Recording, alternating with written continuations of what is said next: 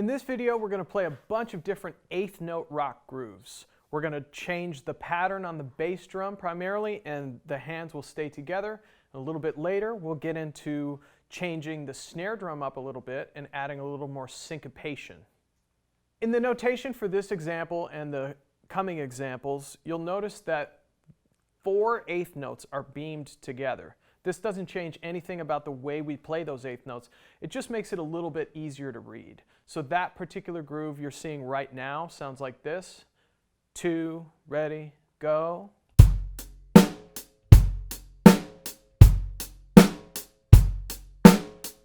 It's the same groove we played before, it just looks a little bit different. Now I'm going to add one note on the bass drum on the and of 3. So the bass drum is going to play 1, and then beat 3 and the and of 3 as well. Everything else stays exactly the same. It'll sound like this. 2, 3, 4.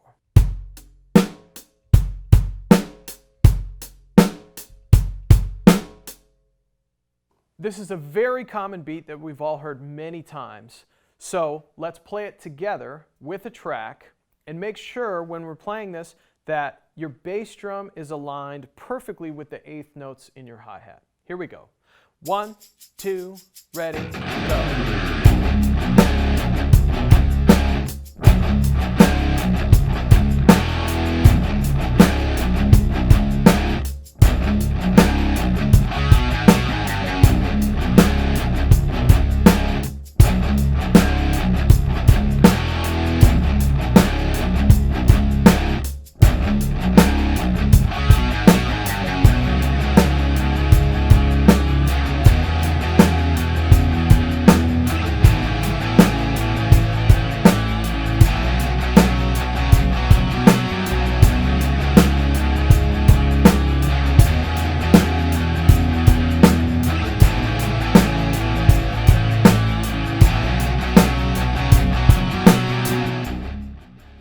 As I said, this is a very common beat and one that you're going to want to be super comfortable with. So you might want to pause the video and take some time, work on this beat, play it along with a bunch of different tracks, play it at a bunch of different tempos, make sure you're really comfortable, play it heel down, heel up, play it with some different hi-hat sounds, and just get it really solid.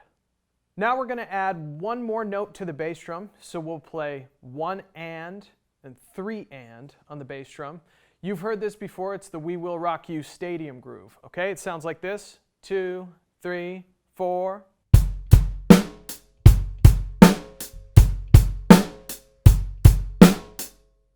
Now let's play that groove together. 2 notes on the bass drum in a row on beats 1 and 3, and everything else stays the same. I'll count it in and we'll play it together with this track. 1, 2, ready, go.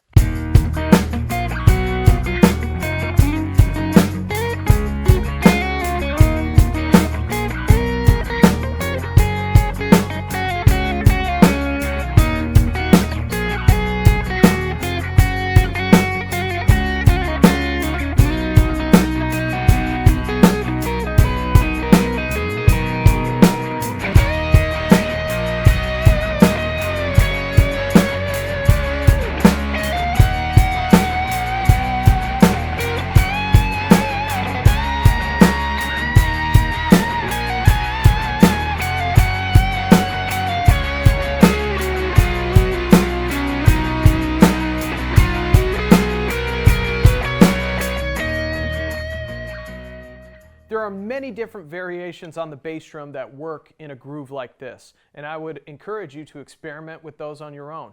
You can improvise them, or you can try to listen to a recording and take them from that, or you can just read some of the examples in the book. Either way, you should practice lots of different bass drum variations in a simple rock groove like this. We're going to do one more right now. I'll play it for you. It's 1 and on the bass drum. And then we play the and of 2 and 3, okay? It sounds like this. 2, ready, go.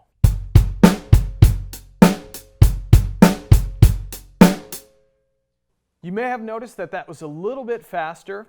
And again, we want to learn these grooves at a wide variety of tempos because when it comes time to play with people, play in a band, we're going to be playing all kinds of different music at all kinds of different tempos. So we want to be solid and we want to be prepared.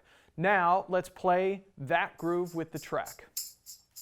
1, 2, ready, go.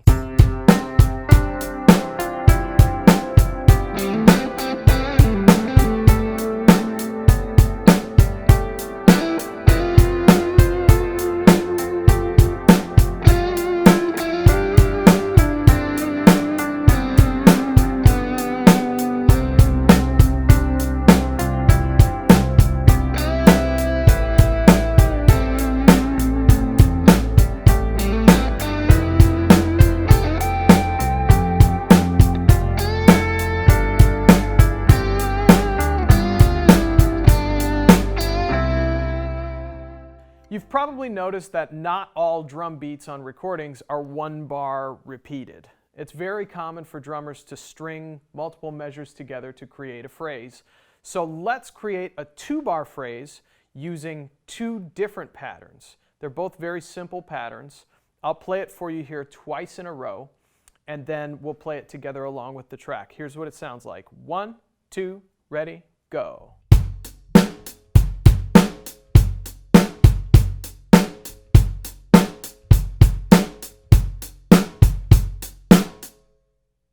Now let's play that 2-bar pattern along with the track.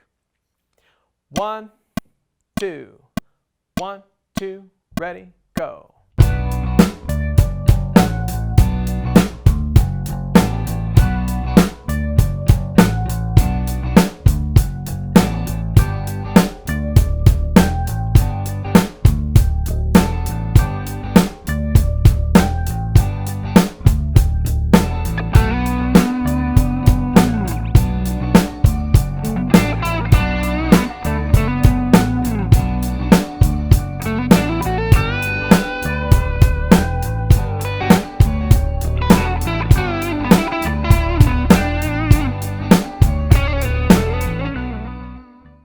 Now we're going to add some syncopation to the bass drum. Syncopation is when the emphasis is put off the beat or in some unexpected place, as opposed to a consistent rhythm like it was with a 4 on the floor. So the basic syncopated groove that you play on the bass drum is a really old rhythm called the Charleston. It sounds like this. 1, 2, ready, go.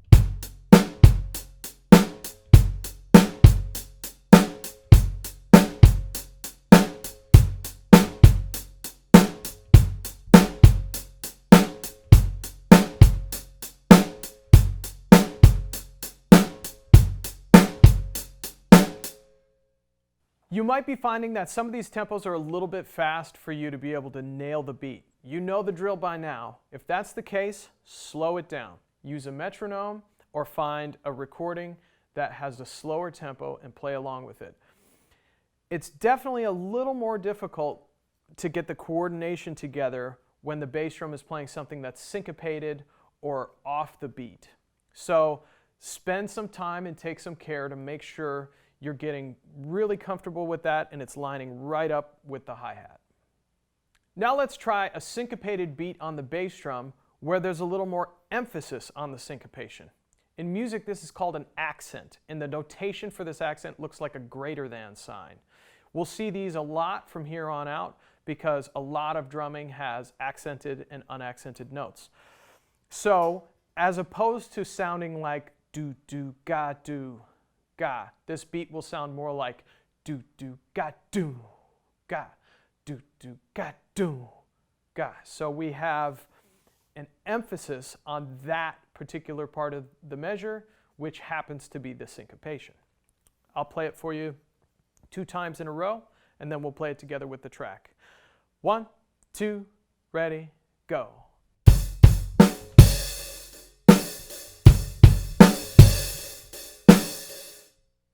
Okay, let's try that with the backing track. 2, ready, go.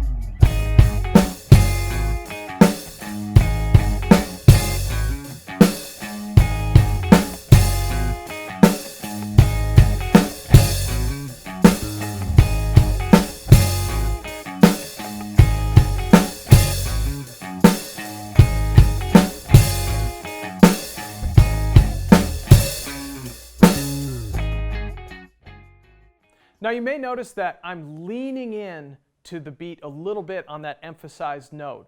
And I'm physically leaning in a little bit. I'm not like leaning forward like this. You want to stay generally upright with good posture and everything. But I'm playing on a little bit different part of the hi-hat. As opposed to playing on the top, I'm using the shoulder here to play on the edge, and that helps me to get that accent and that emphasis in the sound. Next, we're going to add some syncopation to the snare drum. A common syncopation that you hear on the snare drum is to play 2 and 4.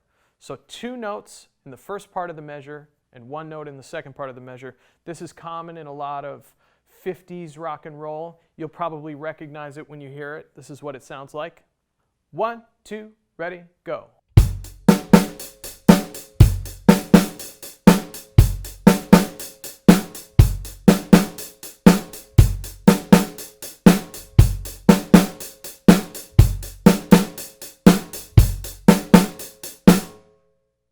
Now let's take that same snare drum pattern with the syncopation in it and make it into a 2-bar phrase. So all we're going to do is in the second measure, we're just going to add 1/8 note on the and of 4 as a pickup into the beginning of the phrase. It sounds like this. I'll play the 2-measure phrase twice in a row. 2, 1, 2, ready, go.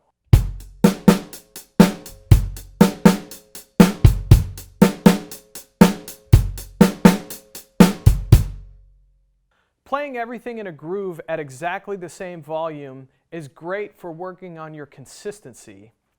However, one of the things that makes drummers unique from one another is the little tiny inflections that they put into their grooves. Now, in this example, I'm going to put just a little bit of emphasis on the and of 2 in the snare drum, and then at the end of the second bar, a little bit of emphasis on that and of 4 leading into the downbeat. And you might notice that it gives a little bit more life to the groove. It's not quite as sterile as playing everything at exactly the same level like a drum machine would sound like, for instance. So check this out. I'll just give a little bit of emphasis. 1, 2, 1, 2, ready, go.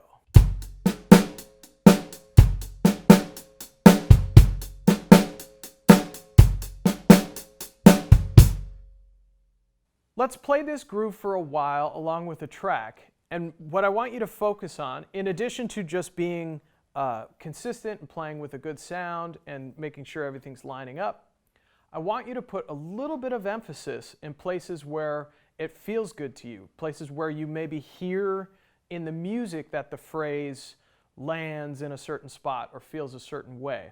So I might change it up a little bit as I'm going. I'm just trying to make it feel good and make it feel natural and human.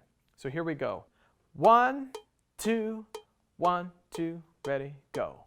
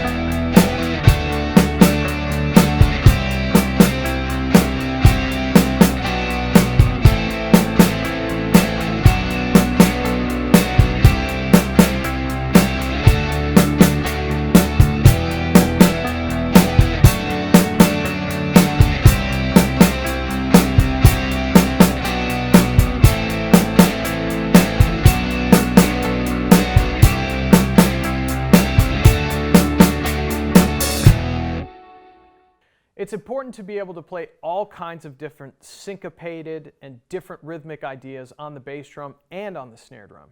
Now, using the combos in the book, you can use all kinds of different combinations using one number for the first part of the measure and another number for the second part of the measure.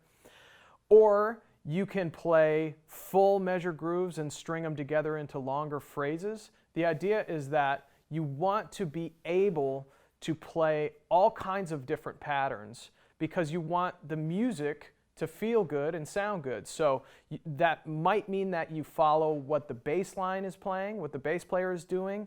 It might mean that something you play on the bass drum might outline what's happening in the vocal phrase or something like that. But the point is, you want to be prepared to be able to play any kind of syncopation or any kind of rhythm on the snare drum or on the bass drum to make the music feel right.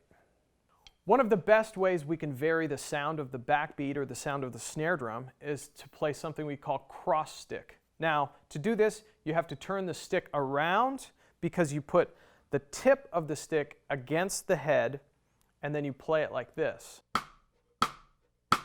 Now, to get this sound, you have to do a little bit of experimenting because if you're too far back, it sounds like this. It's a little thin. If you're too far forward, it sounds kind of dull. So you can experiment by moving forward, going all the way back and moving forward until you find that sweet spot where it really starts to pop. And if you go too far forward, you start to get that dull sound again. So a little bit about this technique.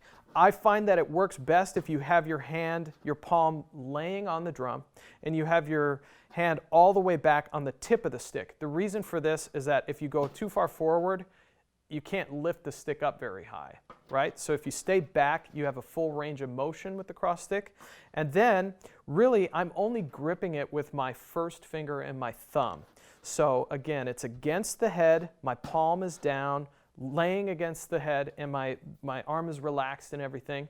And then I'm just basically picking that stick up with my finger and my thumb, dropping it down. You can stay against the rim, or you can pick it up a little bit. I find that sound is a little bit more resonant. So it's a really, really cool texture that you can use playing all kinds of different grooves.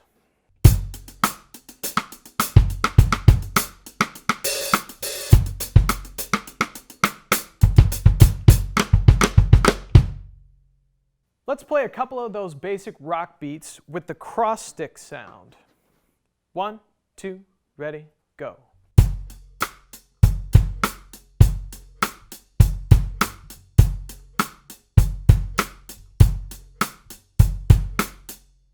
One, two, ready, go.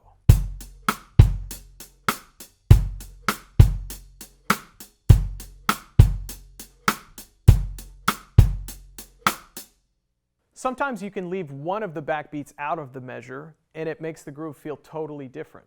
Here's an example. 1, 2, ready, go.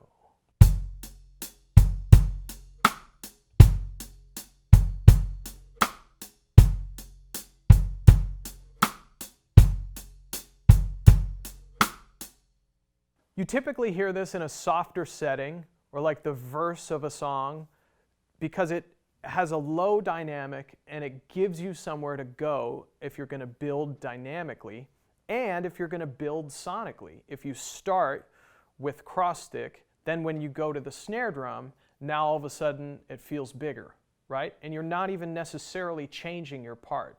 So that's a great tip in how to build a song. Your assignment now is to go through a whole bunch of different variations of beats on the bass drum, variations of syncopations on the snare drum, and work them with a bunch of different songs in different genres of music, different tempos, different styles. This way you'll get really good at being able to be consistent with a beat, but you'll have a big arsenal of different beats to draw from. Remember to change up your sounds, experiment with the cross stick, change up your sounds with the hi-hat pressure, and work as many different ways as you can because you never know what exactly is going to be asked of you as a drummer. In our next video, we're going to introduce the crash cymbal.